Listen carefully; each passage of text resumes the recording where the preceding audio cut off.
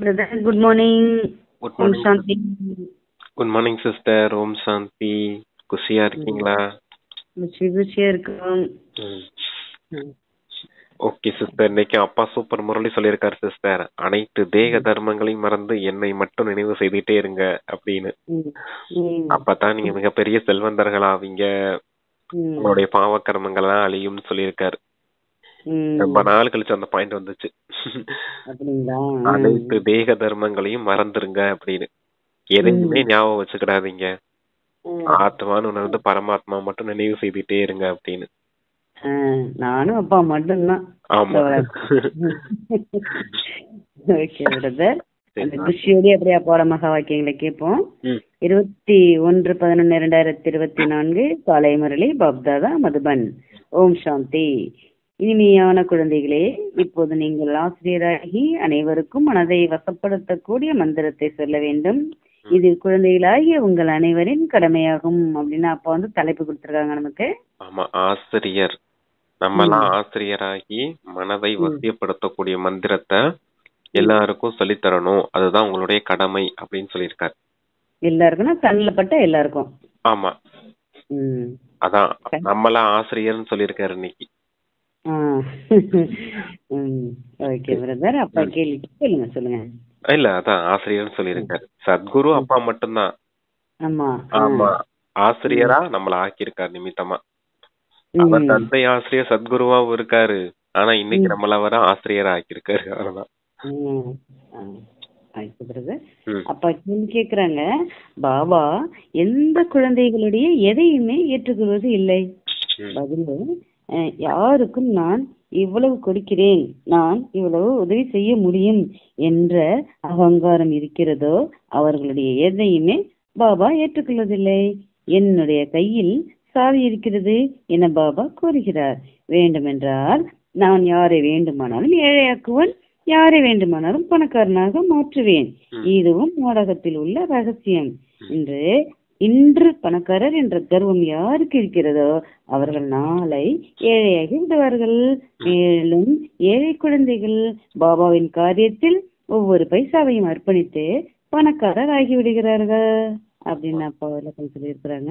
தன சேவைக்காக அப்பா சொல்றாரு. அப்படி யாருக்கு கர்வம் இருக்குதோ, என்னால இவ்வளவு பணம் கொடுக்க முடியும், இவ்வளவு உதவி என்னால செய்ய முடியும்ன்ற அந்த அகங்காரம் இருக்குதோ, அந்த கர்வம் இருக்குதோ, அவங்க கிட்ட இருந்து பாபா எதையுமே வாங்கிக்கிறது இல்ல. பாபாவே பெரிய வல்லன், அவர்கிட்ட பெரிய கஜானா இருக்குது, அதான் சாவி இருக்குதுன்னு சொல்றாரு. நான் நினைச்சா யாரனாலும் ஏழையாக்குவேன், யாரனாலும் பணக்காரனா ஆக்குவேன். அது கூட டிராமால ஒரு அந்த பாகம் இருக்குது அப்படிங்கிறாரு. எதுக்காக சொல்றாரு அப்படின்னா, இன்னைக்கு யாரெல்லாம் பணக்காரங்களா இருக்காங்களோ நாளைக்கு எப்படியும் கண்டிப்பா ஆத்மாக்கள் சத்துவ ரஜோத்தமோ நிலையில இறங்கி வரணும். இன்னைக்கு சத்துவ நிலையில அந்த ரஜோ நிலையில இருக்கறதுனால பணம் செல்வம் இருக்குது அவங்க கிட்ட. நாளைக்கு தமோ நிலையில இறங்கி வந்தே தீரணும் அவங்க. அப்ப செல்வந்தர்களா இருக்க முடியுமா? ஏழை ஆயிடுவாங்க. அத சொல்றாரு அப்பா. இன்னைக்கு தமோ பிரதான நிலையில இருந்து கொஞ்சம் கொஞ்சமா தாங்கிட்டே இருக்க ஏழையா இருக்க குழந்தைங்க கொஞ்சம் கொஞ்சமா அப்பாவுடைய காரியத்துக்கு ஒவ்வொரு பைசாவையும் பாபாவுக்காக அர்ப்பணிக்கிறதுனால நாளைக்கு அவங்க சத்துவ பிரதான நிலையை அடைஞ்சிருவாங்க. அப்படிங்கிறப்ப நாளைக்கு அவங்க பணக்காரங்கள் ஆயிடுவாங்க இல்லையா, அந்த விஷயத்த சொல்றாரப்பா. ஓம் சாந்தி. நமக்கு புது உலகத்தின் சொத்து கொடுப்பதற்காக தந்தை வந்திருக்கிறார் என ஆன்மீக குழந்தைகளுக்கு தெரியும். நாம் எவ்வளவு பாபாவை நினைக்கிறோமோ அவ்வளவு தூய்மையாக மாறுவோம் என குழந்தைகளுக்கு உறுதி இருக்கிறது அல்லவா. எவ்வளவு நாம் நல்ல ஆசிரியராக மாறுவோமோ அவ்வளவு உயர்ந்த பதவி பெறுவோம். பாபா உங்களை டீச்சர் ரூபத்தில் படிக்க வைக்க கற்றுக் கொடுக்கிறார். பிறகு நீங்கள் மற்றவர்களுக்கு கற்பிக்க வேண்டும். நீங்கள் படிக்க வைக்கக்கூடிய ஆசிரியராக நிச்சயம் ஆகிறீர்கள். ஆனால் யாருக்கும் நீங்கள் குருவாக முடியாது, டீச்சராக மட்டும்தான் ஆக முடியும். குருவோ ஒரே ஒரு சத்குரு தான். அவர் கற்பிக்கிறார். அனைவருக்கும் சத்குரு ஒருவர் தான். அவர் டீச்சராக மாற்றுகிறார். நீங்கள் அனைவருக்கும் மன்மனாபவ என்பதை கற்பித்து வழி காண்பிக்கிறீர்கள். என்னை நினைவுங்கள், மேலும் ஆசிரியராகுங்கள் என்ற கடமையை பாபா உங்களுக்கு ஒப்படைத்திருக்கிறார். நீங்கள் யாருக்கு பாபாவின் அறிமுகத்தை கொடுத்தாலும் பாபாவை நினைவு செய்வது அவர்களுக்கும் கடமையாகும். டீச்சர் ரூபத்தில் சொல்றீங்களா பிரதர்? அந்த தந்தை எதுக்காக வந்திருக்காரு? உலகத்திற்கு எஜமானரா ஆக்க வந்திருக்காரு. உங்களை மிகப்பெரிய செல்வந்தர்களா ஆக்க வந்திருக்காரு. தந்தை என்ன காரியம் கொடுக்கறாரு அப்படின்னா, மன்மனா பவ அப்படிங்கிற மந்திரத்தை கொடுத்து நீங்க ஆசிரியரா இருந்து எல்லாருக்கும் சொல்லி தரணும், அதுதான் உங்களுடைய கடமைன்னு சொல்றாரு. தந்தை சத்குருவா இருக்காரு, நீங்க உங்களை ஆசிரியரா ஆக்கியிருக்காரு. மன்மனா பவங்கிறது தான் மனதை வசியப்படுத்தக்கூடிய மந்திரம் அப்படிங்கிறாரு. அப்புறம் அந்த அனைத்து தேக தர்மங்களையும் மறந்து தந்தையை நினைவு செய்யணும் அப்படிங்கறத அந்த மன்மனாபாவ மந்திரத்தினுடைய விளக்கம். அதையும் சொல்றாரு. அப்புறம் அவ்வளவுதான் சிஸ்டர். டீச்சர் ரூபத்தில் சிருஷ்டி சக்கரத்தின் ஞானத்தை கொடுக்க வேண்டியிருக்கிறது. தந்தையின் நிச்சயம் நினைக்க வேண்டும். தந்தையின் நினைவினால்தான் பாவங்கள் விலகி போகும். நாம் பாவ ஆத்மாக்கள் என குழந்தைகளுக்கு தெரியும். ஆகவேதான் பாபா அனைவருக்கும் தன்னை ஆத்மா என உணர்ந்து தந்தையை நினைத்தால் உங்களுடைய அனைத்து பாவங்களும் விலகும் என கூறுகிறார். தந்தைதான் பத்தித்த பாவனர். இனிமையான குழந்தைகளே, உங்களுடைய ஆத்மா பத்தித்தமாக இருக்கிறது. இதன் காரணத்தால் சரீரம் பத்தித்தமாக இருக்கிறது என பாபா சொல்கிறார். முதலில் நீங்கள் தூய்மையாக இருந்தீர்கள், இப்போது நீங்கள் தூய்மை இழந்து விட்டீர்கள். இப்போது அழுக்கிலிருந்து தூய்மை ஆவதற்கு வழியை மிக எளிதாக புரிய வைக்கிறீர்கள். தந்தையை நினைவு செய்தால் நீங்கள் தூய்மையாகி விடலாம். உட்கார்ந்தாலும் எழுந்தாலும் நடந்தாலும் தந்தையை நினையுங்கள். அவர்கள் கங்கையில் நீராட வேண்டும் என்றால் கங்கையை நினைக்கிறார்கள். அது பதித்த பாவனியை நினைக்கிறார்கள்.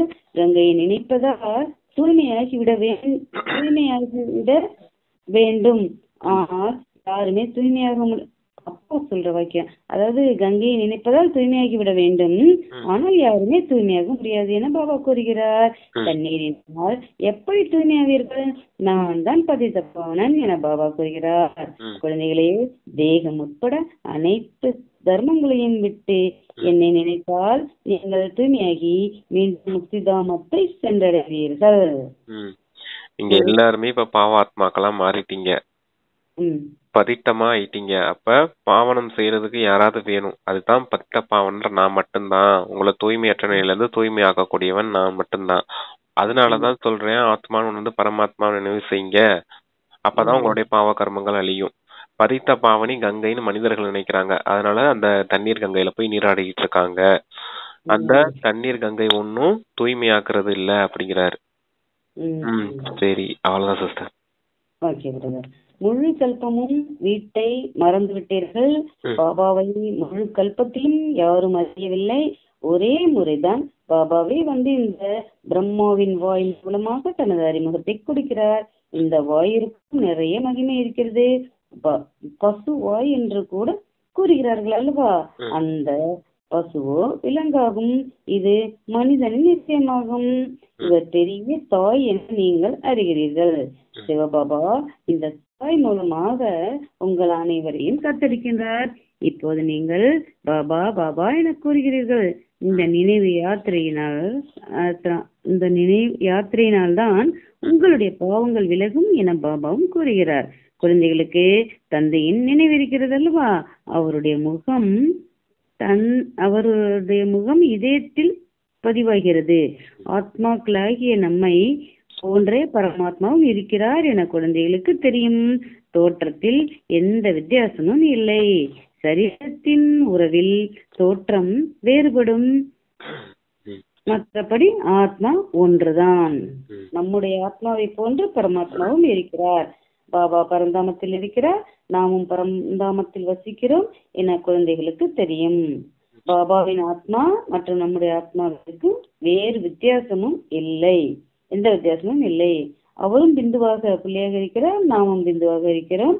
இந்த ஞானம் வேறு யாருக்கும் இல்லை, உங்களுக்கும் பாபா தான் தெரிவித்திருக்கிறார். பாபை பற்றி என்ன சொல்கிறார்கள் சொல்லிருங்க. பசுவாய் அப்படின்னு சொன்னாரு. பசுவாய்ங்கிறது பிரம்மாவுடைய வாயின் தான். அந்த வாய் மூலமா தான் உங்களை எல்லாம் நான் தத்தெடுத்திருக்கேன் அப்படின்றாரு. அதனாலதான் நீங்க பாபா பாபான்னு சொல்லிட்டு இருக்கீங்க அப்படின்றாரு. நீங்க எல்லாம் குழந்தைங்க, நான் தந்தையா இருக்கேன்னா உங்களை தத்தெடுக்கிறதுக்கும் தாயும் வேணும் இல்லையா, தாய் தந்தையும் சேர்ந்து இருக்கணும் இல்லையா, அதுக்கு தான் பிரம்மாவுடைய வாய் தான் பசு வாய், அதன் மூலமா தான் உங்களை தத்தெடுத்திருக்கேன் அப்படின்னு சொன்னார். ஆனா சிவபாபா ஆத்மா ஒளி புள்ளியா இருக்காரு, ஆத்ம ரூபத்துல இருக்காரு. குழந்தைகளான நீங்களும் ஆத்ம ரூபத்துல இருக்கீங்க அப்படிங்கிறாரு. ஆத்மாவான உங்களுக்கும் பரமாத்மாவுக்கும் எந்த வித்தியாசமும் இல்ல உருவ தோற்றத்துல. ஆனா பரமாத்மா எப்பவுமே ஆத்ம ரூபத்துல இருக்காரு, நீங்க ஜீவாத்மாக்கள் உடல் எடுக்கிறீங்க அப்படிங்கிறார். உடல் எடுக்கிறதுனாலதான் நீங்க ஜீவாத்மாக்கள் அப்படிங்கிறப்ப எப்பயும் பரமாத்மாவா இருக்கிறதுனால அவரு இந்த ஞானத்தை சொல்றதுக்கு ஒரு உடல் வேணும். அதனால இந்த பிரம்மா உடல்ல உங்களுக்கு இதெல்லாம் சொல்லிட்டு இருக்கேன் அப்படிங்கிறாரு. நீங்களும் ஆத்மாவா இருக்கீங்க, பரமாத்மாவும் ஆத்மா ரூபத்துலதான் இருக்கு. சரீரத்துல தோற்ற வித்தியாசம் இருக்கலாம், சரீரம் இருக்குது. ஒவ்வொரு ஆத்மாக்குள்ளயும் ஆத்மாவும் ஜீவாத்மாக்கும் சரீரம் எடுக்கிறாங்க அப்படின்னா ஒவ்வொரு சரீரமும் வித்தியாசமா இருக்கலாம். ஆனா ஆத்ம ரூபத்துல எந்த ஒரு வித்தியாசமும் இருக்கிறது இல்ல உருவ தோற்றத்துல. அவருக்குள்ள இருக்க தன்மைகள் கடல் அளவு இருக்குது பரமாத்மாக்குள்ள, நமக்குள்ள இருக்குது எல்லாம் சொரூப அளவுல இருக்குது. அவர் ஞான கடல்னா நம்ம ஞான சொரூபம், அவர் அன்பு கடல்னா நம்ம அன்பு சொரூபம். கடல்னா கடல் அளவுக்கு நீர் இருக்கிறது மாதிரி, சொரூபம்னா அதுல ஒரு துளி அளவு இருக்கிறது மாதிரி. அந்த தன்மைகள் மட்டும்தான் வித்தியாசம் இருக்குமே தவிர அந்த உருவ தோற்றமோ அந்த அதனுடைய குவாலிட்டிஸ் அப்படின்னு சொல்லுவாங்க இல்லையா, அதெல்லாம் ஒரே போல இருக்கும். ஆனா குவான்டிட்டி தான் வித்தியாசமா இருக்கும், அளவுகள் தான் வித்தியாசமா இருக்கும். அளவுனா உள்ள இருக்கக்கூடிய அந்த ஸ்டோரேஜ்னு சொல்லுவாங்களே, அதுதான் பரமாத்மாவுக்கு ஜாஸ்தியா இருக்கும். கடல் அளவு இருக்குது, நமக்கு துளி அளவு இருக்குது அப்படின்னு மட்டும் புரிஞ்சுக்கணும். சரிங்க சிஸ்டர், எடுத்து வாங்க. சர்வவியாபி கல்லிலும் முள்ளிலும் இருக்கிறார், யாருக்கு என்ன தோன்றுகிறதோ அதை சொல்கிறார்கள். நாடகத்தின்படி பக்தி மார்க்கத்தில் தந்தையின் பெயர், ரூபம், தேசம், காலத்தை மறந்து போகிறார்கள். நீங்களும் மறந்து போகிறீர்கள். ஆத்மா தனது தந்தையை மறந்து விடுகிறது, குழந்தை தந்தையை மறந்து விடுகிறது என்றால் வேறு என்ன தெரியும்? ஏழையாகி விடுகின்றனர். செல்வத்தை பற்றிய நினைவே இல்லை. ஏழையாகி விடுகின்றனர், செல்வத்தை பற்றிய நினைவே இல்லை, செல்வத்தை கூட அறியவில்லை, தன்னையே மறந்து போகின்றார்கள். உண்மையில் நாம் மறந்துவிட்டோம் என்ற குழந்தைகளாக உங்களுக்கு தெரியும். முதலில் இப்படிப்பட்ட தேவி தேவதையாக இருந்தோம், இப்போது இலங்கை காட்டிலும் கீழான நிலைக்கு வந்துவிட்டோம். நாம் முக்கியமாக நம்முடைய ஆத்மாவையும் மறந்திருக்கிறோம். இப்போது யார் புரிய வைப்பார்கள்? ஆத்மாக்களாகிய நாம் என்ன எப்படி முழு நடிப்பை நடிக்கிறோம் என்பது எந்த ஜீவ ஆத்மாவிற்கும் தெரியவில்லை. நாம் அனைவரும் சகோதரர்கள் என்று ஞானம் வேறு யாருக்கும் இல்லை. இச்சமயம் சிருஷ்டி முழுவதும் தமோ பிரதானமாகிவிட்டது. ஞானம் இல்லை உங்களுக்குள், இப்போது ஞானம் இருக்கிறது. நாம் ஆத்மா, இத்தனை காலம் நம்முடைய தந்தையை நிந்தித்து வந்தோம் என தோன்றுகிறது. நிந்தித்தால் பாபாவை விட்டு விலகி கொண்டே செல்கிறோம். இதற்கு சொல்றீங்களா? உடல் அது சர்வ வியாபின்னு மட்டும்தான் சிஸ்டர் அதோடைய அர்த்தம் ஃபுல்லா.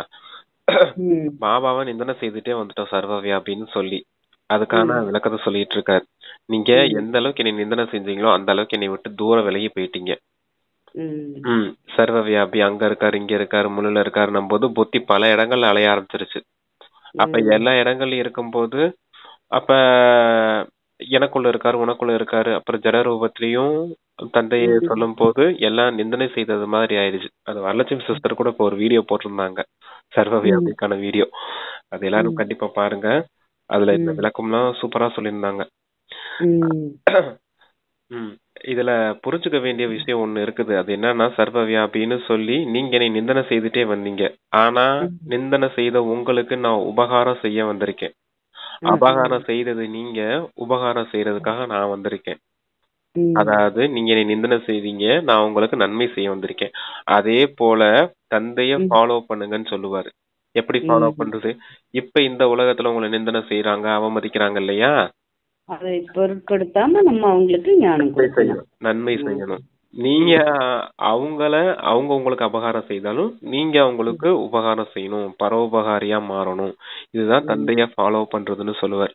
நான் ஃபர்ஸ்ட் ஃபாலோ ஃபாதர்னா என்னன்னு தெரிஞ்சுக்கிட்டதே அந்த விஷயத்துலதான். அபகாரம் செய்தவர்களுக்கும் உபகாரம் செய்யணும் அப்படிங்கறதுக்காக தான் இந்த சர்வ வியாபி விஷயமே இருக்குது. அது சொல்லிட்டு இருக்காப்பா. சரிங்க சிஸ்டர், வாசிங்க. பாபாவை விட்டு விலகிக் கொண்டே செல்கிறோம். நாடகத்தின்படி ஏணிப்படியில் கீழே இறங்கி வந்துவிட்டோம். பாபாவை நினைவு செய்வதே முக்கியமான விஷயமாகும். பாபா வேறு எந்த துன்பத்தையும் கொடுக்கவில்லை. குழந்தைகள், பாபாவை நினைவு செய்யும் கஷ்டம் மட்டுமே தந்தை குழந்தைகளுக்கு எந்த கஷ்டத்தையாவது கொடுப்பார் என்ன? அப்படி சட்டம் இல்லை. நான் எந்த ஒரு துன்பமும் கொடுக்க மாட்டேன் என பாபா கூறுகிறார். ஏதாவது கேள்விகள் கேட்டால் இந்த விஷயங்களில் ஏன் நேரத்தை வீணாக்கிறீர்கள் என்கிறேன்.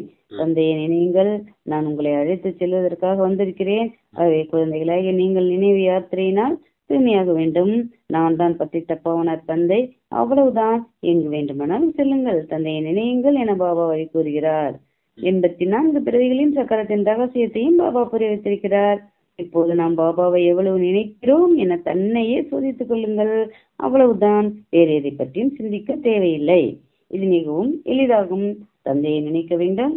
குழந்தை சிறிது வளர்ந்ததும் தானாகவே தாய் தந்தையை நினைக்க ஆரம்பித்து விடுகிறது. ஆத்மாக்களாகிய நாமும் பாபாவின் குழந்தைகள். ஏன் நினைவு செய்ய வேண்டி இருக்கிறது என்பதை புரிந்து கொள்ளுங்கள். ஏனென்றால் நம் மீது இருக்கக்கூடிய பாவ சுமைகள் நினைவால் தான் அழியும். ஆகவேதான் ஒரு நொடி ஜீவன் முக்தி என போடப்படுகிறது. அந்த நினைவு யாத்திரை என்னமோ ஒரு பாயிண்ட் சொன்னாரு. சரி, ஓகே. இந்த தந்தை சிந்திக்க தேவையில்லை, தன்னை தானே சோதித்துக் கொள்ளுங்கள். 84 பிறவிகளின் சக்கரத்தை எங்கு வேண்டாமானாலும் செல்லுங்கள். இதெல்லாம் தான் சொல்லியிருக்காங்க. அப்பா இங்க அந்த நேரத்தை ஏன் வீணாக்குறீங்க அப்படின்னு கேக்குறாங்க. நேரத்தை ஏன் வீணாக்குறீங்க தேவையில்லாம? அதாவது கண்ட விஷயங்களை சிந்தனை செய்து உங்களுக்கு கொடுக்கப்பட்ட வேலை, உங்களுடைய தொழில், உங்களுடைய கடமையே ஆத்மா பரமாத்மா நினைவு செய்யறதுதான். நீங்க வீணான சிந்தனைகள் செய்துட்டு அப்பா கிட்ட போய் கேள்வி கேட்கும் போது இந்த விஷயத்துல ஏன் நேரத்தை வீணடிக்கிறீங்கன்னு கேள்வி கேக்குறாரு. அப்ப அந்த மாதிரி தேவையில்லாத கேள்வி எல்லாம் யோசிச்சு சிந்தனை செய்து டைம் வேஸ்ட் பண்ணாதீங்க. அப்பா உங்களுக்கு கொடுத்த காரியம் மன்மனாபவ மத்தியாஜிபவ, அதான் 84 பிறவிகளின் சக்கரத்தை சுத்துங்க, அந்த 5 சொரூப பயிற்சியை பண்ணுங்க.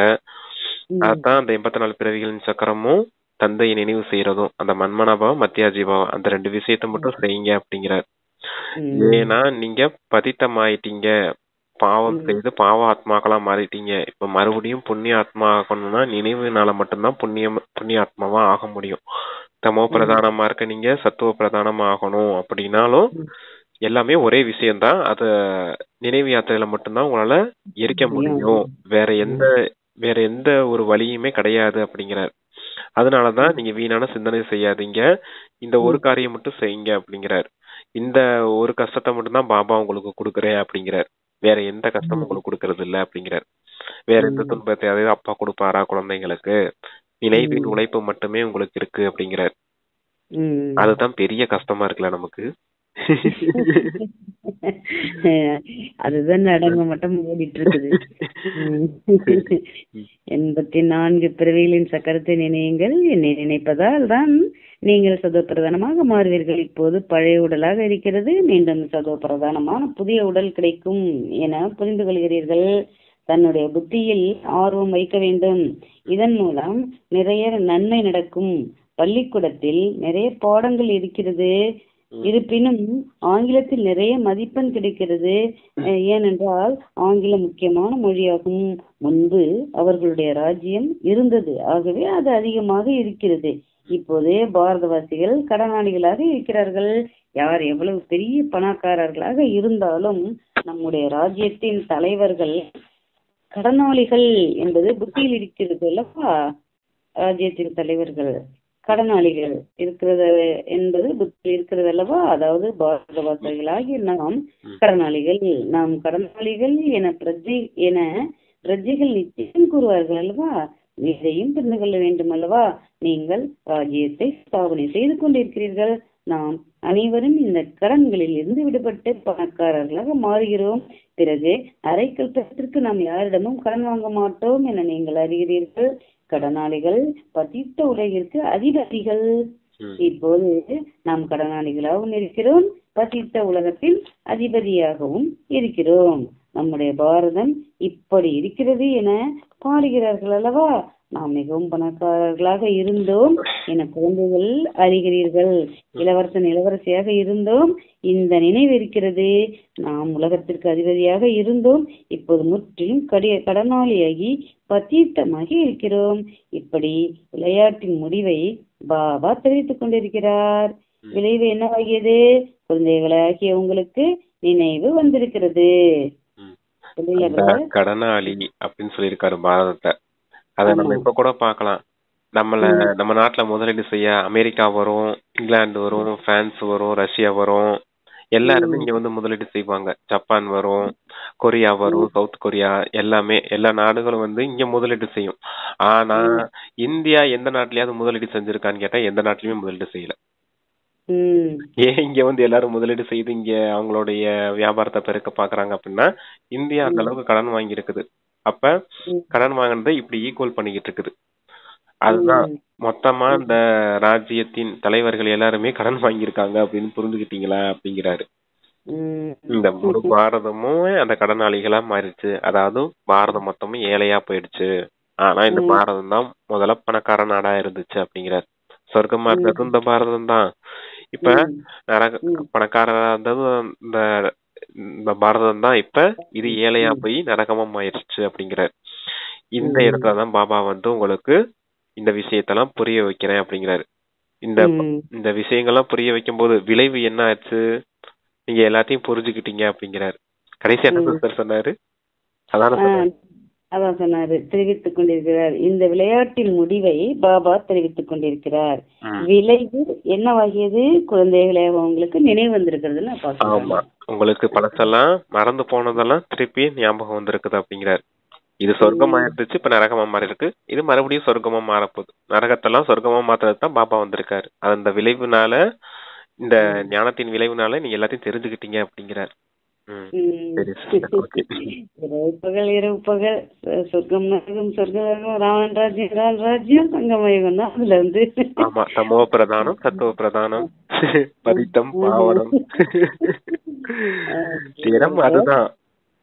வித்தியாசம் எதுவும் இல்ல. ஆனா தினமும் சொல்லும் போது மனசுல ஆழமா பதியும். ஏன்னா மாயை மோசமானது. ஒரு செகண்ட் ஒரு சங்கல்பம் தப்பா எழும்புச்சுன்னா என்ன ஆகும் தெரியுமா? அப்படியே இழுத்து இது கவர்ச்சியில கொண்டுட்டு போயிடும். இல்ல பயமுறுத்திட்டு துன்புறுத்திட்டு துக்கத்துல தள்ளி விட்டுட்டு போயிடும். பாபாவுக்கு எப்பவுமே குழந்தைங்க குஷியா இருக்கதான் பிடிக்கும். அதுக்குதான் தினந்தோறும் சொல்லி சொல்லி சொல்லி சொல்லி புரிய வச்சுக்கிட்டே இருக்காரு. அப்ப இன்னமும் ஆழமா பதியும். அப்ப மாயை வெல்றது ஈஸியா இருக்கும். இன்னமும் பாருங்க, எவ்வளவு தூரம் கேட்டாலும் இன்னமும் மாயை நம்மளை கவர்ச்சி செய்யதான் செய்யுது. அது பயமுறுத்ததான் செய்யுது.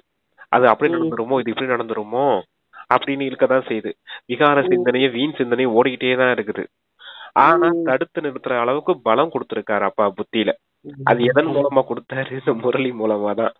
தினமும் சொன்ன விஷயங்களையே சொன்னாலும் நமக்கு புத்திக்கு பலம் கொடுக்கறது இந்த முரளி மட்டும்தான், இந்த ஞான சிந்தனை மட்டும்தான், தந்தையின் நினைவு மட்டும்தான். அப்படிங்கறதுக்காக தான் தினந்தோறும் அதை சொல்றாரு அப்பா. சரி சார். சத்தியுகத்தில் நாம் எவ்வளவு பணக்காரர்களாக இருந்தோம், யார் உங்களை பணக்காரராக மாற்றியது? பாபா. பாபா தாங்கள் எங்களை எவ்வளவு பெரிய பணக்காரராக மாற்றினீர்கள் என குழந்தைகள் கூறுகிறீர்கள். ஒரு தந்தை தான் பணக்காரராக மாற்றக்கூடியவர். இந்த உலகத்தில் இந்த விஷயங்களை உலகத்தில் இருப்பவர்கள் அறியவில்லை. லட்சக்கணக்கான வருடங்கள் என கூறியதால் அனைத்தையும் மறந்துவிட்டனர், எதையும் அறியவில்லை. இப்போது நீங்கள் அனைத்தையும் அறிந்து கொண்டீர்கள். நாம் பல கோடி மடங்கு பணக்காரர்களாக இருந்தோம், மிகவும் தூய்மையாக இருந்தோம், மிகவும் சுகமுடையவர்களாக இருந்தோம். அங்கே பொய் பாவம் எதுவும் இல்லை. முழு உலகத்தையும் நீங்கள் வெற்றியடைந்தீர்கள். சிவபாபா தாங்கள் என்ன கொடுக்கிறீர்களோ அதை வேறு யாரும் கொடுக்க முடியாது என மகிமையும் இருக்கிறது. அரை கல்பத்திற்கான சுகத்தை கொடுப்பதற்கு வேறு யாருக்கும் சக்தி இல்லை. பக்தி மார்க்கத்தில் கூட உங்களுக்கு நிறைய சுகம், அளவற்ற செல்வம் இருக்கிறது என பாபா கூறுகிறார். எவ்வளவு வைர வைடூரியங்கள் இருந்தது, பிறகு அவை பின்னால் வரக்கூடியவர்களின் கைகளுக்கு வருகிறது. இப்போது அந்த பொருள்கள் பார்ப்பதற்கு கூட இல்லை. நீங்கள் வித்தியாசத்தை பார்க்கிறீர்கள் அல்லவா? நீங்களே பூஜைக்குரிய தேவதைகளாக இருந்தீர்கள், பிறகு நீங்களே பூஜாரியாக ஆகிவிட்டீர்கள். தாங்களே பூஜைக்குரியவர், தாங்களே பூஜாரி. பாபா பூஜாரி ஆவதில்லை, ஆனால் பூஜாரிகள் உலகத்தில் வருகிறார் அல்லவா? பாபா எப்போதும் பூஜைக்குரியவராக இருக்கிறார். அவர் ஒருபோதும் பூஜாரி ஆவதில்லை. உங்களை பூஜாரியிலிருந்து பூஜைக்குரியவராக மாற்றுவதே அவருடைய வேலையாகும். உங்களை பூஜாரியாக மாற்றுவது ராவணின் வேலையாகும். இந்த உலகத்தில் யாருக்கும் தெரியவில்லை. நீங்கள் மறந்து போகிறீர்கள். தினந்தோறும் பாபா புரிய வைத்துக் கொண்டே இருக்கிறார். யாரை பணக்காரராக மாற்றுவது, யாரை ஏழையாக மாற்றுவது என்பது பாபாவின் கையில் இருக்கிறது. யார் பணக்காரர்களாக இருக்கிறார்களோ அவர்கள் நிச்சயம் ஏழைகளாக மாற வேண்டும், மாறுவார்கள் என பாபா கூறுகிறார். அவர்களின் நடிப்பே அவ்வாறு உள்ளது. அவர்கள் ஒருபோதும் நிலைத்திருக்க முடியாது. நான் இன்னதெல்லாம் எங்களிடம் இருக்கிறது என்று பணக்காரர்களுக்கு அகங்காரம் மிகவும் இருக்கிறது அல்லவா? அவர்களின் கர்வத்தை நீக்குவதற்காக, அவர்கள் ஏதாவது கொடுப்பதற்காக வரும்போது பாபா அவசியம் இல்லை, இதை உங்களிடம் வைத்துக் கொள்ளுங்கள், அவசியம் ஏற்பட்டால் பிறகு வாங்கிக் கொள்கிறோம் என பாபா கூறுவார். ஏனென்றால் அது பயனளிக்காது. அவர்களுக்கு கர்வம் இருக்கிறது என்பதை பாபா பார்க்கிறார். இன்னைக்கு ஃபுல்லா இந்த பாயிண்ட யோசிக்கலாம். பூஜைக்குரிய ஆத்மா பூஜாரியா மாறிட்டோம். நம்மள பூஜாரியில இருந்து பூஜைக்குரியவரா மாத்துறதுக்கு பரமாத்மா வந்திருக்காரு.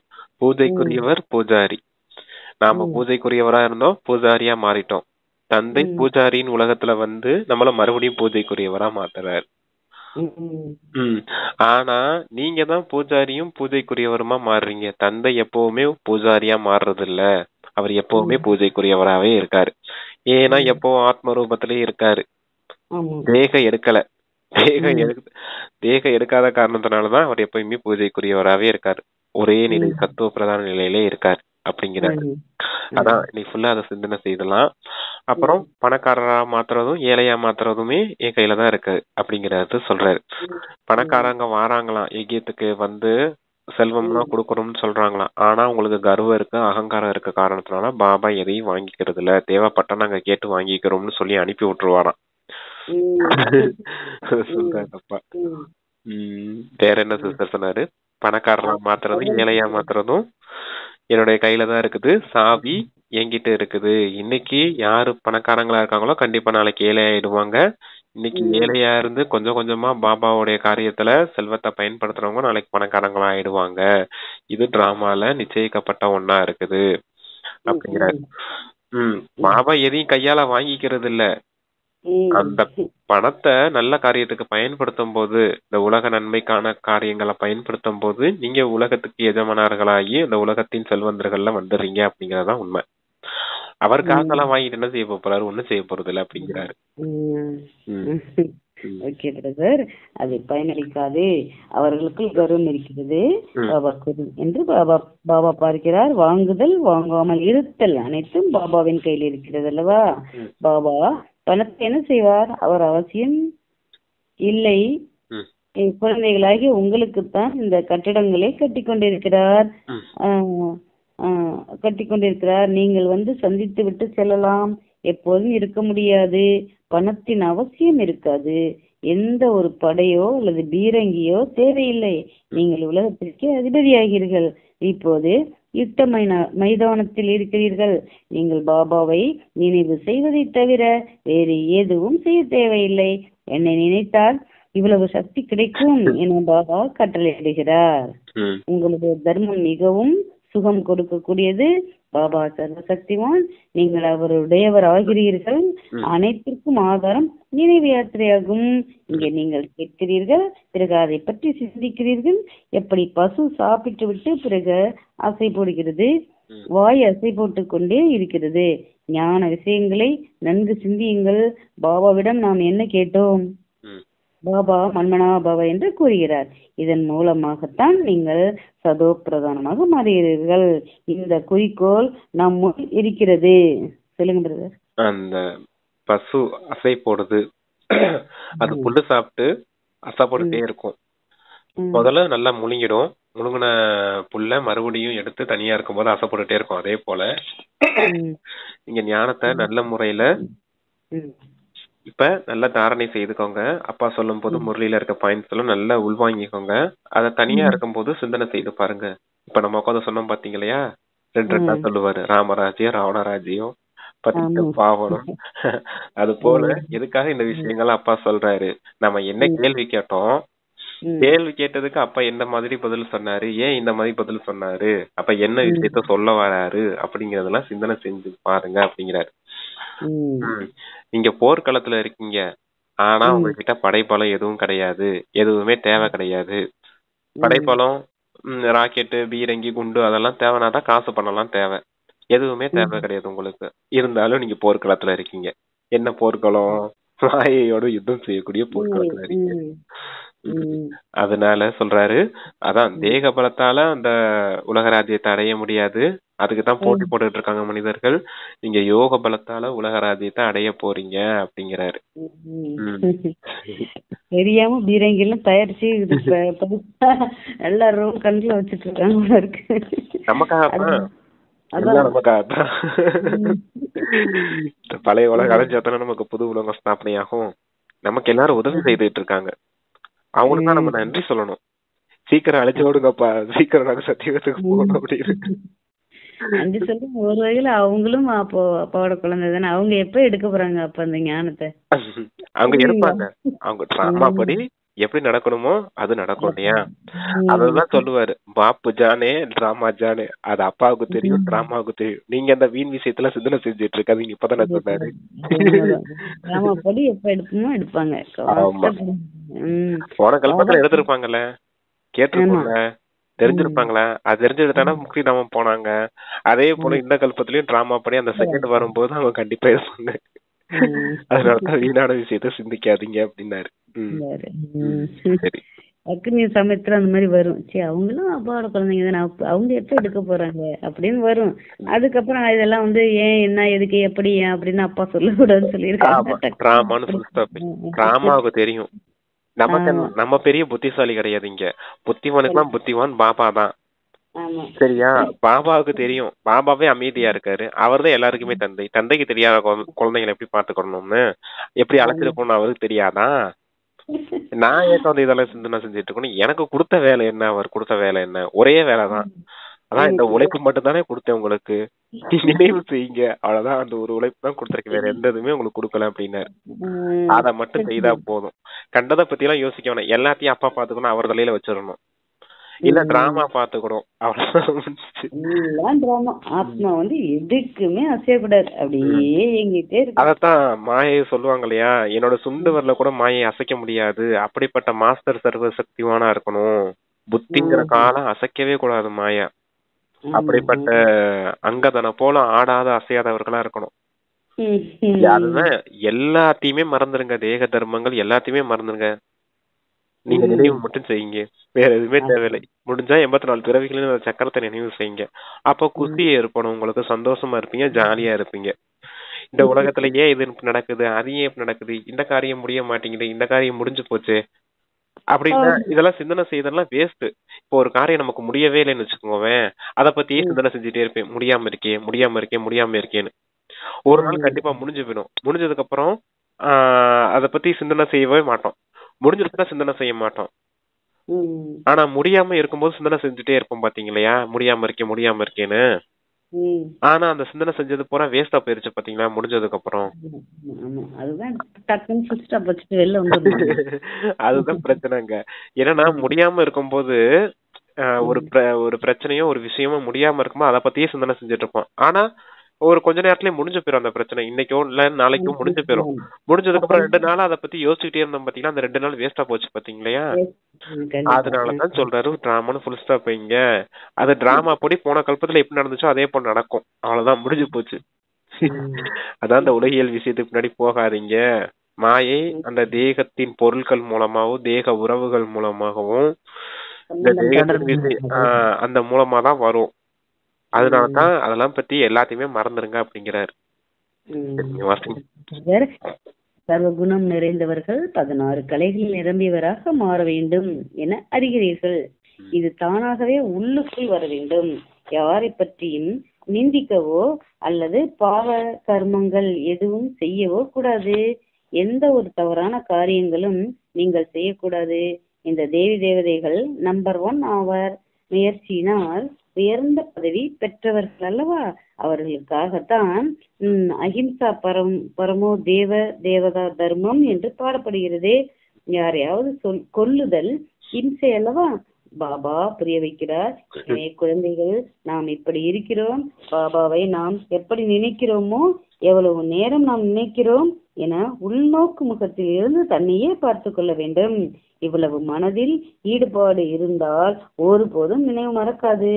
ஆத்மாக்களாகிய நீங்கள் என்னுடைய வாரிசுகள் என எல்லையற்ற தந்தை கூறுகிறார்.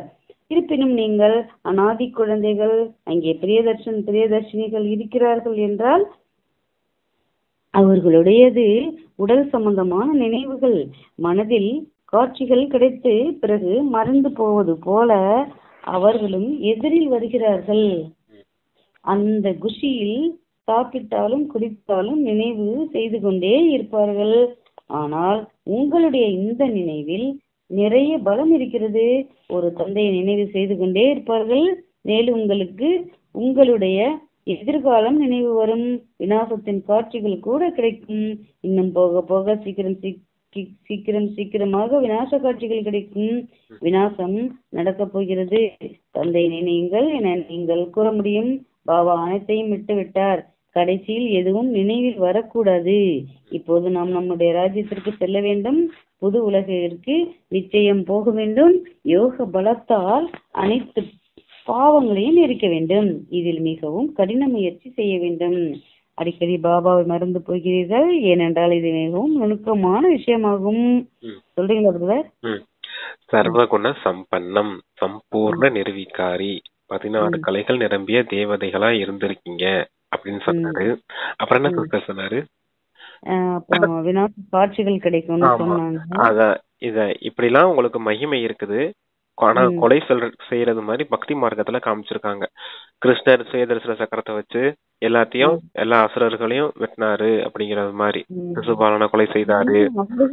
அவர்கள் அந்த குஷியில இருக்கிறாங்க அப்படின்னு சொன்னாங்களே பிரதர். மனதில் ஈடுபாடு இருந்தால் அவங்க அந்த குஷியில இருக்காங்க அப்படின்னு சொன்னாங்க. அதுதான் சிஸ்டர் சொல்ல வரேன். அந்த தேவி தேவதைகள்லாம் கொலை செய்தது மாதிரி அந்த மாதிரி எல்லாம் காமிச்சிருக்காங்க இல்லையா? அதெல்லாம் உங்களுக்கு அஹிம்சா பரம தர்மம், தேவி தேவதா தர்மம் தான் பேரு. இந்த கொலை செய்யறது, இந்த இது பண்றதுன்னா அது அஹிம்சையா ஆயிடுச்சு இல்லையா? எல்லாமே மனதின் விஷயங்கள். இப்ப இந்த சங்கமயுகத்துல நம்ம செய்யறது மாயையோட யுத்தம் செய்யறது அங்க வெளிப்புறமா அப்படி காமிச்சிருக்காங்க அப்படிங்கறத சொல்றாரு. அவங்க அந்த பக்தி மார்க்கத்துல அந்த சாஸ்திரங்கள் விஷயங்கள்லாம் இருக்குது இல்லையா? அதுதான் அந்த அந்த நினைவுலயும் அந்த மகிமையின் குஷியில இருக்காங்க அப்படிங்கறத சொன்னார். ஆனா நீங்க தந்தை கொடுத்த உண்மையான விஷயங்களை புரிஞ்சுக்கிட்டு அதனுடைய குஷியில இருக்கணும் அப்படிங்கிறார். நீங்கதான் அது சர்வ குணங்களிலும் சம்பன்னமா இருந்தீங்க. இப்ப நீங்க தான் மறுபடியும் ஆகணும் அப்படிங்கறதுக்காக சொல்றார். நினைவின் மூலமா தான் பாவ கர்மங்கள் அழியும். அப்ப மறுபடியும் சொல்றார், அந்த நினைவுல இருந்து பாவ கர்மங்கள் அழிங்க, தந்தையின் குணங்களை உங்களுடைய குணங்களா மாத்திக்கங்க அப்படின்னு. 16 கலைகள்ங்கிறது அந்த சந்திரனை உதாரணமா வச்சு சொல்றதுதான். பூர்ண சந்திரன் அப்படின்னா அமாவாசையில இருந்து பௌர்ணமி வர்றதுக்கு 16 நாள் ஆகுமா. அதத்தான் 16 கலைகள்னு சொல்லியிருக்காங்க. அதத்தான் அந்த பூரண சந்திரனா ஆகணும். ஏன்னா இப்ப எல்லாரும் அமாவாசையை போல மொத்தமா எந்த ஒரு ஒளியும் இல்லாத மாதிரி ஆயிட்டீங்க. இப்ப உங்களுக்குள்ள இருக்க அந்த இருளை பூரா நீக்கி நீக்கி நீக்கி கொஞ்சம் கொஞ்சமா விலகி அந்த வளர்க்கிற சந்திரன் போல இப்ப வளர்ந்துகிட்டு இருக்கோம். நம்ம எல்லாரும் வளர்ந்து எப்ப அந்த 16 கலைகள் முழுமையா சம்பூர்ண நிலைய, இறுதி சம்பூர்ண நிலைய நம்ம அடையும் போது, அப்ப முழுமை நிலையை அடைவோம். அப்ப எல்லாரும் பரிசுத்தாமம் மாதிரி சாந்திதாமம் போயிடுவோம் அப்படிங்கிறதுக்காக சொல்றாரப்பா. சாந்திதாமம் போயிட்டு அடுத்த சுகதாமத்துக்கு அப்படியே ஃப்ரெஷ்ஷா இறங்கி வருவோம். அப்ப இந்த புது உலகத்தின் டிராமா மறுபடியும் ரிப்பீட் ஆகும். எப்படி நம்ம ஃபர்ஸ்ட் ஆரம்பத்துல இருந்து பார்ட் பண்ணோமோ அதே போல பார்ட் பண்ணி திருப்பி வருவோம். இந்த டிராமா ரிப்பீட் ஆகிட்டே இருக்கும் அப்படின்னு சொல்றாரு இல்லையா? டிராமாவானா அது அப்படின்னு அந்த காரியம் ரிப்பீட் ஆகிட்டே இருக்கும் அப்படிங்கிறதுக்காக சொல்றேன். பாம்பு, குளவி போன்றவற்றின் எடுத்துக்காட்டுகள் அனைத்தும் இச்சமயத்தின் எடுத்துக்காட்டுகளாகும். குளவி அதிசயம் செய்கிறது அல்லவா? தந்தை அதை விட உங்களுடைய அதிசயம் அதிகமாகும், ஞானத்தின் ரீங்காரம் இடுங்கள் என பாபா எழுதுகிறார் அல்லவா. கடைசி இழுத்துக் கொள்வார்கள், எங்கே போவார்கள்? உங்களிடம்தான் வருவார்கள், சேர்ந்து கொண்டே இருப்பார்கள், உங்களுடைய பெயர் பிரசித்தமாகும். இப்போது நீங்கள் கொஞ்சம் பேர் தான் அல்லவா, நல்லது அப்படின்னு முரளி அப்பா நிறைய பண்ணிருக்காங்க பிரதர். பாம்பு குளவி அதனுடைய உதாரணம் தெரியுமா எல்லாருக்கும்? பாம்பு என்ன செய்யும், யார பார்த்தாலும் கொட்டி விடுவோம், அதனால யார பார்த்தாலும் நம்ம ஞானத்தை கொட்டணும்னு அப்பா சொல்ல வராங்களோ. அப்படி அதுதான் இல்ல, அதுல விஷயம் நிறைய இருக்குது சிஸ்டர், கதை சொல்றேன். பாம்பு என்ன செய்யும் அப்படின்னா, அந்த சட்டையை கழட்டி போட்டுட்டு அது விலகி போயிடும் இல்லையா, பழைய சட்டையை கழட்டிடும் இல்லையா, அது போல இந்த பழைய தேகத்தை விட்டுட்டு நீங்க ஆத்ம உணர்வுல விடுபட்டு வெளியே வரணும். அதுதான் பாம்பினுடைய உதாரணம். தேகத்துல இருந்து விடுபட்டு ஆத்ம உணர்வுல இருக்குது. அது எப்படி சட்டையை கழட்டி போட்டதோ அதே போல இந்த பழைய சரீரத்தை வச்சு நீங்க புது சரீரத்தை தாரணை செய்யணும் அப்படிங்கறதுக்காக சொல்றாரு பாம்பினுடைய உதாரணம். குளவி என்ன செய்யும் அப்படின்னா, குளவி பொதுவா காம விகாரத்தாலேயோ அதுல எல்லாம் இனப்பெருக்கம் அதிகமா செய்யாது. புழுக்கள் இருக்கு இல்லையா, புழுக்களை என்ன செய்யும்னா இந்த சாணம், மாட்டு சாணம் இதுல எல்லாம் இருக்குது இல்லையா, இல்ல இலைத்தலை அங்க இருக்க புழுக்களை எல்லாம் கொண்டுட்டு வரும். குளவி முதல்ல கூடு கட்டி வச்சிருக்கோம், அந்த கூட்டுல கொண்டுட்டு வந்து அந்த புழுவை தூக்கிட்டு வந்து அந்த கூட்டுல வச்சு பூம் பூம் பூம் பூம்னு ரிங்காரம் செஞ்சுக்கிட்டே இருக்கும். அதை பயமுறுத்திக்கிட்டே இருக்கும் அந்த புழுவை. அந்த புழு பயந்து போய் என்ன செய்யும் அப்படின்னா அது குளவியா மாறிடும். அப்ப அந்த புழுவை அந்த புழுவை குளவியா மாத்துறதுக்கு அது கொட்டிக்கிட்டே இருக்கும். பூம் பூமும் பயமுறுத்தவும் செய்யும். இன்ஜெக்ஷன் போடுறாங்க பாத்தீங்களா நமக்கு உடம்பு சரியில்லை இன்ஜெக்ஷன், அதே போல அந்த குளவி அந்த புழு மேல லைட்டா கொட்டிக்கிட்டே இருக்கும் தன்னுடைய இனமா அதை மாத்துறதுக்காக. அது போல நீங்க இந்த அஞ்ஞானி ஆத்மாக்கள்ல இந்த உலகத்துல சுத்திக்கிட்டு இருக்காங்க இல்லையா புழுக்கள் மாதிரி, அவங்க எல்லாம் தூக்கிட்டு வந்து யஜ்யத்துல வச்சு இல்ல சென்டர்ல வச்சு நல்ல ஞானத்தின் ரீங்காரம் செய்யுங்க, பூம் பூம் செய்யுங்க, உங்களோட இனமா மாத்துங்க அப்படிங்கறத சொல்றாரு. பிராமணர்களா மாத்துங்க, சூத்திரர்களா இருக்காங்க முழு உலகத்துல இருக்க மனிதர்கள் எல்லாருமே, அவங்களை எல்லாரையும் கூட்டிட்டு வந்து ஞானத்தின் ரீங்காரம் செஞ்சு பிராமணர்களா மாத்துங்க அப்படிங்கறதுக்காக அந்த குளவியின் உதாரணம் கொடுக்கப்பட்டிருக்கு. புரியுதா சிஸ்டர்? பாம்புதான் புரியுது. பாம்பு வந்து சட்டையை கட்டி போட்டு புது சட்டை உருவாக்கிக்கிற மாதிரி நம்ம அந்த தேக உணர்வை எடுத்து விட்டுட்டு நம்ம ஆத்ம உணர்வுக்கு வரணும். ஆமா, பழைய சரீரத்தை விட்டுட்டு புது சரீரத்தை எடுக்கணும். குளவி வந்து வெளியே இனப்பெருக்கத்துக்காக என்ன செய்யும்னா அந்த மற்ற புழுக்களை கொண்டு வந்து விகாரத்துல ஈடுபடாம அது மெயின் கொண்டு வந்துட்டு மற்ற புழு வந்து கொட்டி கொட்டி கொட்டி அதோட பூம் பூம் பண்ணி அந்த புது அதோட தன்மைகளை கொண்டு வர மாதிரி அதோட இனமா மாத்திக்கிடும். நம்ம யார பார்த்தாலும் பாபாவோட ஞானத்தை இன்ஜெக்ஷன் போடுற மாதிரி போட்டு குளவி மாதிரி டக்கு டக்கு கூட்டு விட்டு அவங்கள வந்து நம்ம ஞானத்துக்கு கொண்டு வரோம் அப்படின்னு. அதான் குளவியோட உதாரணம், பாம்போட உதாரணம்லாம் இருக்குது இந்த உலகத்துல இருக்குதுன்னா அது யாரோடைய விஷயம் இங்க அப்படி கொடுக்கப்பட்டிருக்கு அப்படின்னா உங்களுடைய விஷயங்கள் தான் அதுங்களுக்கு இருக்குது அப்படிங்கறத சொல்ற. நீங்க செய்த நிஜத்தின் ஒரு விஷயம் இங்க ஸ்தூல ரூபத்துல விலங்குகளா மாறி இருக்குது அப்படிங்கறத சொல்ற.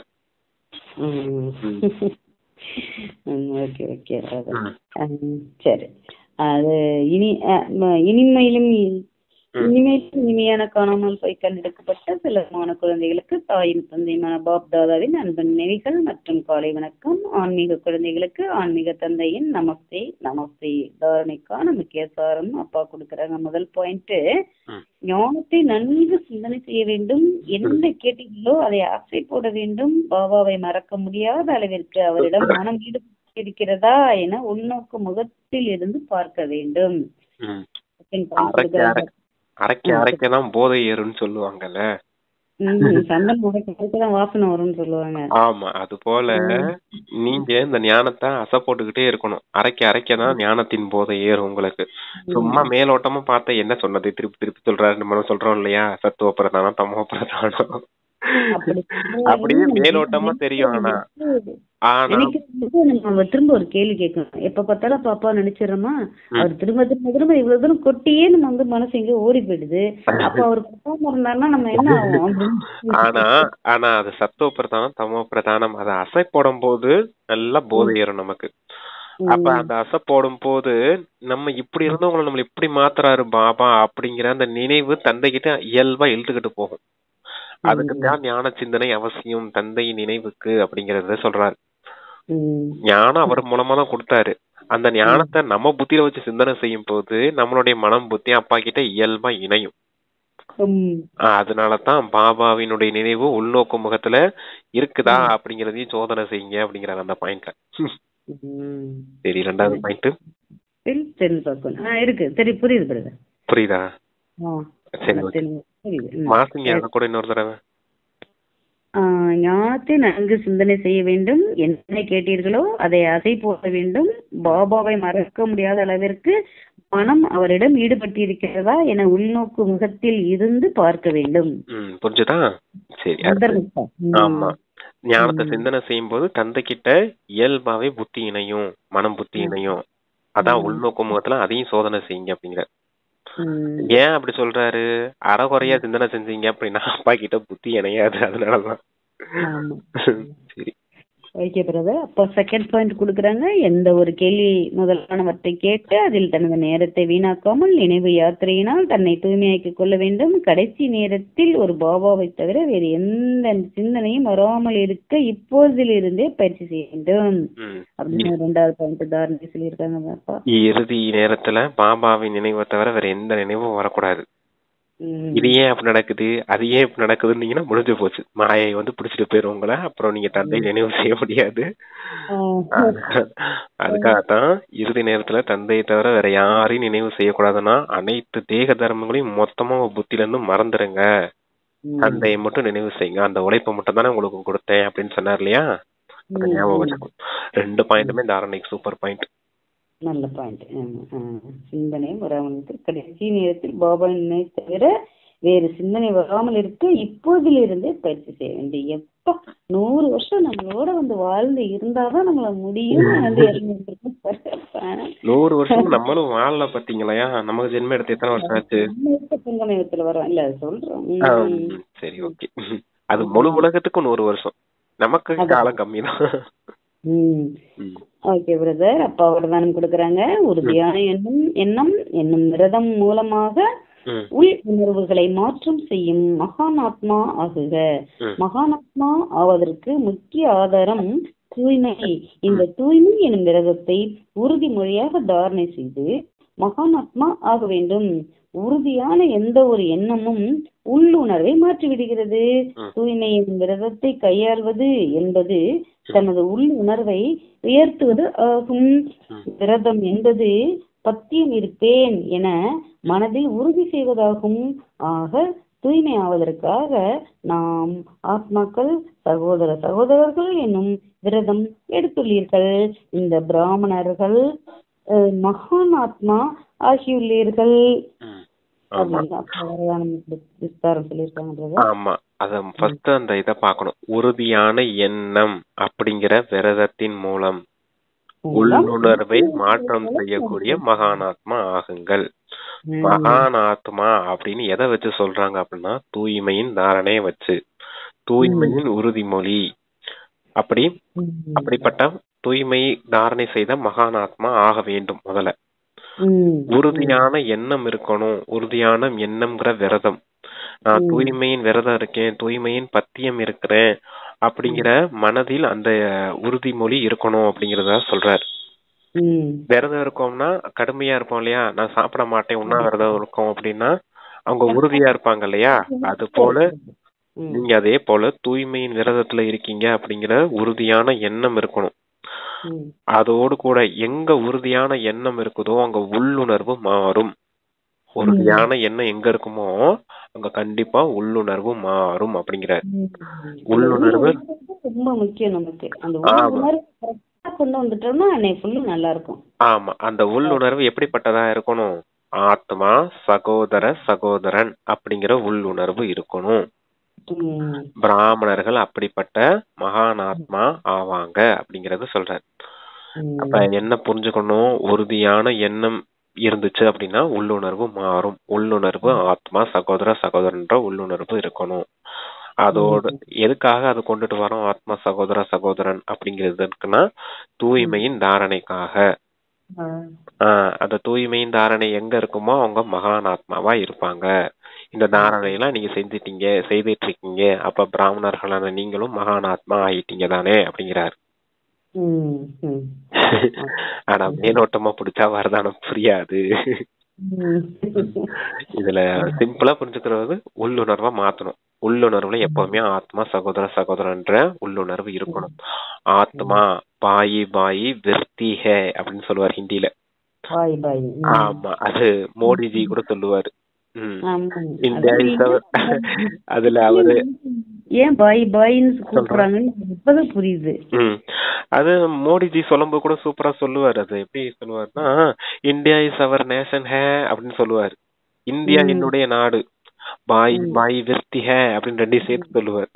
இந்தியா என்னுடைய நாடு, அங்க வாழக்கூடிய மனிதர்கள் எல்லாருமே என்னுடைய சகோதரர்கள் அப்படின்னு சேர்த்து சொல்லுவாரு. அது கேட்கும் போது நல்லா இருக்கும். பாபா விதத்தான சொல்லுவாரு நமக்கு அப்படின்னு. அதுதான் உள்ளுணர்வு. அந்த ஆத்மா சகோதரங்கிற உள்ளுணர்வு தான் தூய்மையான உணர்வு. ஏன்னா யாரையுமே தேக ரீதியில பெண் ஆணுன்னு பார்க்க மாட்டோம். அந்த உள்ளுணர்வு இருக்கும்போது தூய்மையின் தாரணை ஏற்படும். அந்த உறுதியான எண்ணம் தான் விரதம். அப்ப நீங்க கண்டிப்பா அந்த உறுதியான எண்ணமும் உள்ளுணர்வும் மாறும் போது மகானாத்மாவா மாறிடுவீங்க அப்படிங்கறத சொல்றாரு.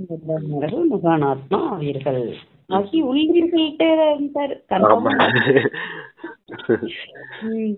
சரி பிரதர், வீணானவற்றிலிருந்து தப்பிக்க வாயில் திடசங்கல்பம் என்னும் பட்டன் போட்டு விடுங்கள். திடசங்கல்பம் என்னும் நல்லா வாசிங்க. வீணானவற்றிலிருந்து தப்பிக்க வாயில் திடசங்கல்பம் என்னும் பட்டன் போட்டு விடுங்கள். இப்ப கேட்டுருந்தாங்க இல்லையா, பாபா ஏன் அப்படி நடக்குது, இப்படியே நடக்குது, இந்த மாதிரி வீணான விஷயங்களை என்கிட்ட கேட்காதீங்க, உங்களுக்கு நான் கொடுத்த வேலையை மட்டும் செய்யுங்க அப்படின்னாரு இல்லையா. கொடுத்த வேலை என்ன? ஆத்மான்னு வந்து பரமாத்மா நினைவு செய்யணும். அப்ப வாய் தேவையா இருக்கு? வாய் மூலமா தான் இந்த வீணான விஷயங்கள்லாம் கேட்டுக்கிட்டு இருக்கீங்க. அதனால அந்த வாய்க்கு பட்டனை போட்டு வைங்க. திட்ட சங்கல்பமா நான் அதெல்லாம் கேட்கவே மாட்டேன், எனக்கெல்லாம் தேவையே இல்லை அப்படின்னு வாயை மூடிட்டீங்கன்னா முடிஞ்சு போச்சு இல்லையா. இது எனக்கு தேவையே இல்லை, இதெல்லாம் நான் கேட்கணும்னு அவசியமும் இல்ல, எனக்கு அவர் கொடுத்த வேலையை மட்டும் நான் செஞ்சா போதும் அப்படிங்கிற அந்த திட்ட சங்கல்பத்தால வாய்க்கு பட்டனை போட்டுங்க. அப்ப அந்த வீணான விஷயங்கள் வந்து விடுபட்டுருவீங்க அப்படிங்கிறாரு. Okay sister, thank you. உள்ளுணர்வு ஸ்லோகன் வந்து பட்டன் ஞாபகம் வச்சுட்டோம். டக்குனு திட்ட சங்கல்பம்ங்கிற பட்டன். ஆமா, நம்ம பட்டன் மட்டும் ஞாபகம் வச்சோம்னா எதுக்கு பட்டனை ஞாபகம் வச்சோம்னு நினைப்பு வந்துடும். அப்ப திட சங்கல்ப பட்டன் நம்ம சேர்த்து ஞாபகம் வச்சுக்கணும். எப்படி அந்த சாரியில முடிச்சு போட்டு வச்சது அதான் ஞாபகம் வந்துச்சு எனக்கு. எனக்குமே இன்னும் மறக்கவே இல்லை சிஸ்டர் அது. ஓகே ஓகே பிரதர், நீ ஃபுல்லா இந்த ஸ்லோகனை பட்டனை நினைச்சிட்டு பிஸிலே இருப்போம். சாந்தி. நன்றி பிரதர், பாபாவுக்கு நன்றி. இது ஆத்மாக்கள் அனைவருக்கும் விரைவாக அனாதை அனைத்து சொரூபங்களை அறிஞ்சுக்கிட்டும். நன்றி. Thank you sister. ஓம் சாந்தி.